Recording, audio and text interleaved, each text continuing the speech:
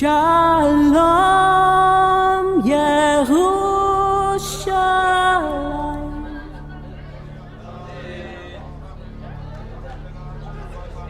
Zeu Shari Rashechem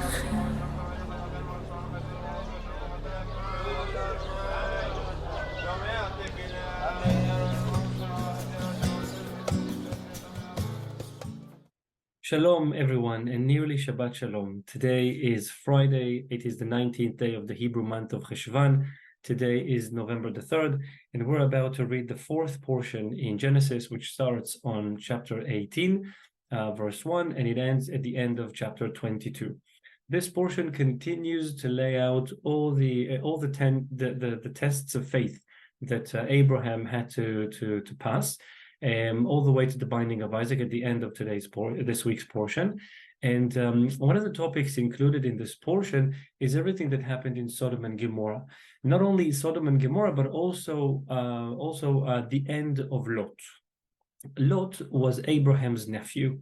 In last week's portion, we read about the shepherds of Abraham having a fight with the shepherds of Lot. I mean, they fought with each other about the places that they could use in order for the flock to graze. And Abraham said to Lot, let's not have a fight between us. I mean, what do you want to do? If we have a fight over a piece of land, it's not worth it. If you want to leave, you can leave. Choose wherever you want to go. If you want to go right, I will go left. If you go left, I will go right. No hard feelings. Lot agrees. Lot doesn't even try to hold on to Abraham, to stay with him, to stick with him, to say, no, I'd rather be with you, the one who carries the blessings, a blessing for the entire world, because God promised to you that, through you, all the families of the earth will be blessed. Lot doesn't think twice. Automatically, he looks towards the cities in the area of the Dead Sea. He sees the whole area of Sodom and Gomorrah, and he decides to go there. He doesn't check what is the quality of the people living there. He doesn't try, as we said, to hold on to Abraham despite it all and say, I'd rather stay with you, because that's really the most important thing. He answers the calling, and he goes and he sits in Sodom and Gomorrah, even though it was a morally corrupted place. In our portion, we read about the two angels going to Sodom and Gomorrah.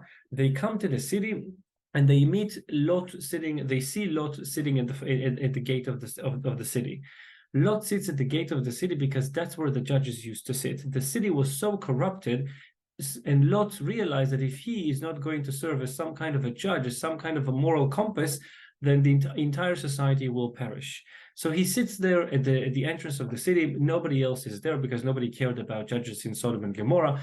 People were very violent and corrupted, and so the judge didn't really play an important role. And the two angels, they come and they meet Lot. Lot brings them into the house. We clearly see that Lot has something from Abraham. His hospitality, for example, the fact that he chooses to sit at the gate and serve as a judge. There is something from Abraham, from Abraham's teachings that stick in him. Yet it comes out in a completely twisted manner. The people come to his house, and then all the people of Sodom, of course, all corrupted, from young to old, they all come and they bang on Lot's door and they say, bring out the two guests so that we may know them carnally. Lot, at that point, Lot is trying to defend his guests, but at what cost? He's saying to them, don't touch my guests. I have two daughters at home. I will give you my daughters, and you can do whatever you please with them. That, to us, is a sign, it's a clear evidence of what happens to one when he chooses to leave the path. Even though he was on the path and he absorbed from the atmosphere and the spirit of things, how things should be, he absorbed all that spirituality. He had something in him, but once he consciously chooses to leave the path, all the values, everything that he got while being on the path, everything comes out twisted. It all gets out of the context. Lot has no problem to say goodbye to Abraham, even though he knows that he carries the blessing for all the families of the earth. Lot sees things on a superficial level. He sees the richness and wealth of the cities of Sodom and Gomorrah, and he chooses to go there without thinking, maybe I should check, what are the people like before I move in. Lot represents what happens when we walk away from the word, when we walk away from the presence, from those who represent God's presence in the world. Everything comes out twisted. It is things that might, mercy might comes out as cruelty. Love comes out as hatred. Everything is being taken out of its right context. We can only serve as good ambassadors, as rightful ambassadors of the living God that we worship, if we stay connected to the root, if we stay connected to what he says, if we stay connected to the message being conveyed from his eternal word, whatever the word is. We can open the Bible and see what the word is, and how, no matter how difficult it is for us to understand it, as long as we hold on to it and we say that this is where our faith begins, exactly where our knowledge ends, that's the only way for us human beings to really stay in the right context of things, so that mercy is actually mercy for those who deserve mercy, so that love is actually love for those who deserve it. There is time for everything, King Solomon said. There is time of war and time of peace. And only if we are connected to the living word of God, we have that sensitivity. When is the right time for each thing? Shabbat Shalom, and may we see true peace taking place in the world.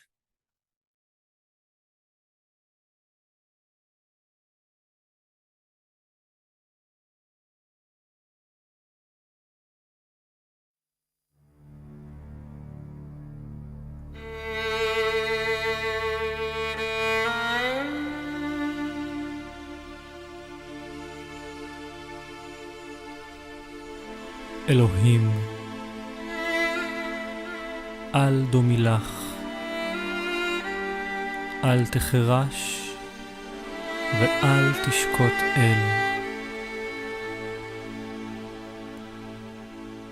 כי הנה אויביך יהמיון, ומשנאיך נשאו ראש.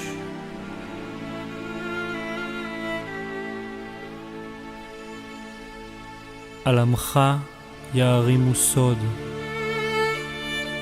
ויתייעצו על צפוניך.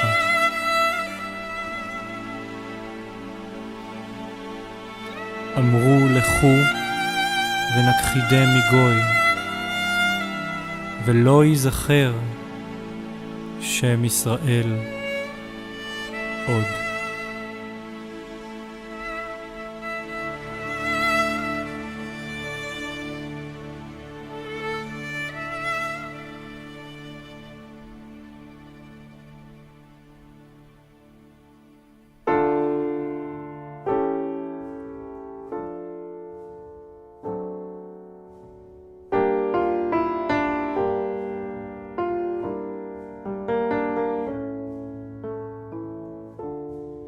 בדממה ניתן לשמוע את קולו של אלוהים.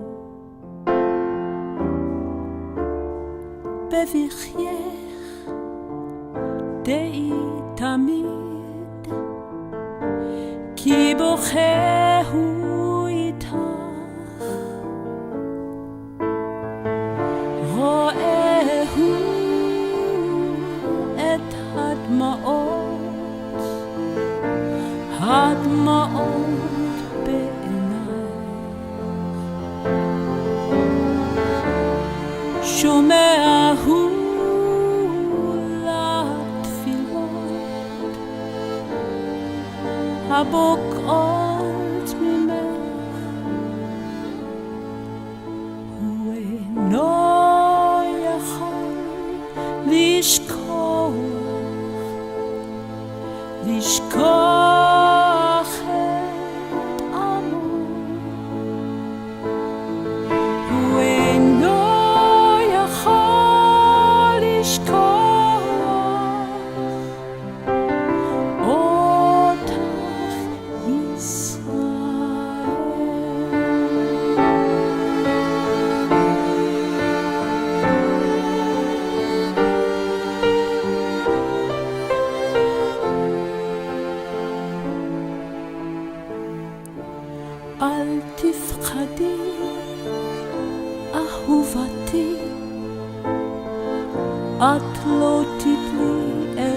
התהום. אלא תראי ידיי האוהבות, אלייך מושטות.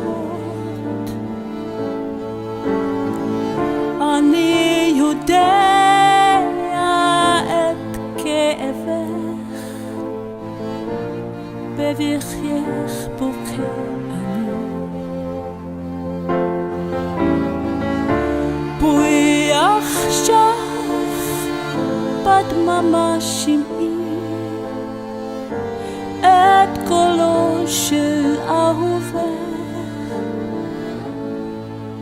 איני יכול לשכוח